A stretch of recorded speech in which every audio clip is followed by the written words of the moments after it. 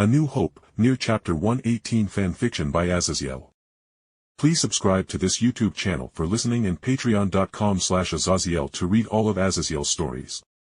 2B using her aura-enhanced weapons cut a literal road through the jungle's foliage and inhabitants as we made our way to the crashed space pirate ship. Once we arrived, our arrival was welcomed by the space pirates that had jetpacks and were patrolling the area. The space pirates race, despite its stupid name, was helmed and controlled by a super-advanced AI called Mother Brain before Samus destroyed and killed Mother Brain, but regardless of that, Mother Brain had created the space pirate race and they were not something to scoff at. All space pirates were armed with vibroblades on their elongated arms that would destabilize atomic bonds to break through and easily cut into foes. And for distance, they were armed with galvanic corrosion guns that would basically make whatever they shot instantly violently break down as the beams of energy forced the atoms and molecules to break down into rust. The space pirates breed we encountered was of the more heavily armored version, so its tall bipedal form was clad in silver armor that completely covered its almost insectal form. But their armor counted for little when we made powerful water whips that reached from the water below their flying form, grabbed them by their feet to be dragged under the water, where Salem and I increased the water pressure to the point that they crumbled like a can with their purple innards darkening the water. 2B, you are on Overwatch while Salem and I terraformed the surroundings, I ordered, and 2B nodded seriously as she and the pod settled in to watch over while Salem and I sat down together in front of the large ship, and silently we each took one of the hands of the other as we in unison took a deep breath of the air of this new world. A loud thrumming rang out as our combined mana sunk into the loamy waterlogged soil surrounding us, but undaunted we pushed deeper and deeper into the ground until our consciousness reached a couple of 100 meters under the ground, where the ground became bedrock. Our conjoined hands squeezed in a silent message, and then that thrumming of our combined mana turned into rumbling as the earth shook violently as countless tons of material shifted as a 3-mile-wide square pillar of bedrock pushed the soft soil above it out of the way as it rose to pick up the 2.5-kilometer-sized space pirate frigate and lift it above the waterline by several meters. That was indeed quite exhausting, Salem said tiredly as she gently let off my hand to hold her chest so she could breathe more heavily without her large breasts moving as much. I could only nod silently as my own mana reserves were completely tanked, but thankfully I still had my aura. Salem, would you like me to open a portal for you to go home, or would you like to stay and watch us work?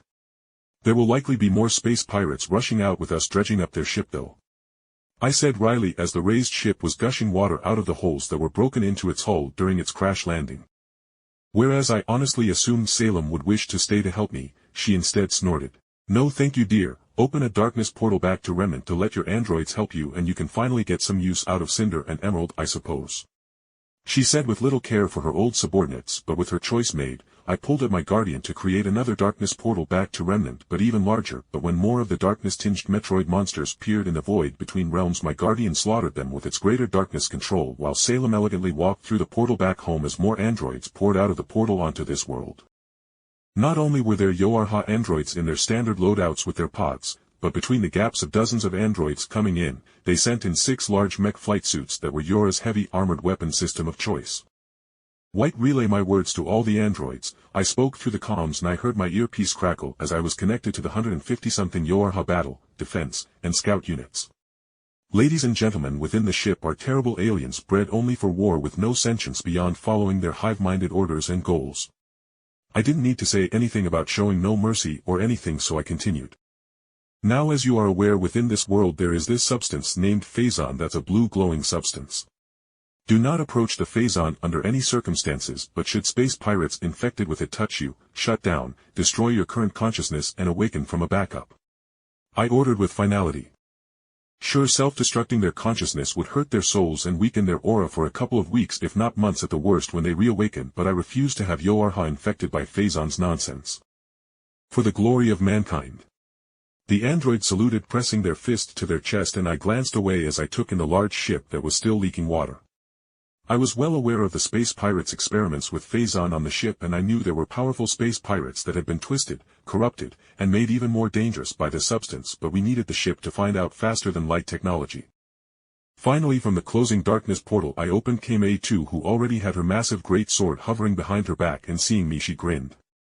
Having you and 2B behind me will make this easier, I said smiling as I took the 2 androids' hands into my own and we teleported the brief space between the landing and the large stone platform that had lifted the ship out of the water.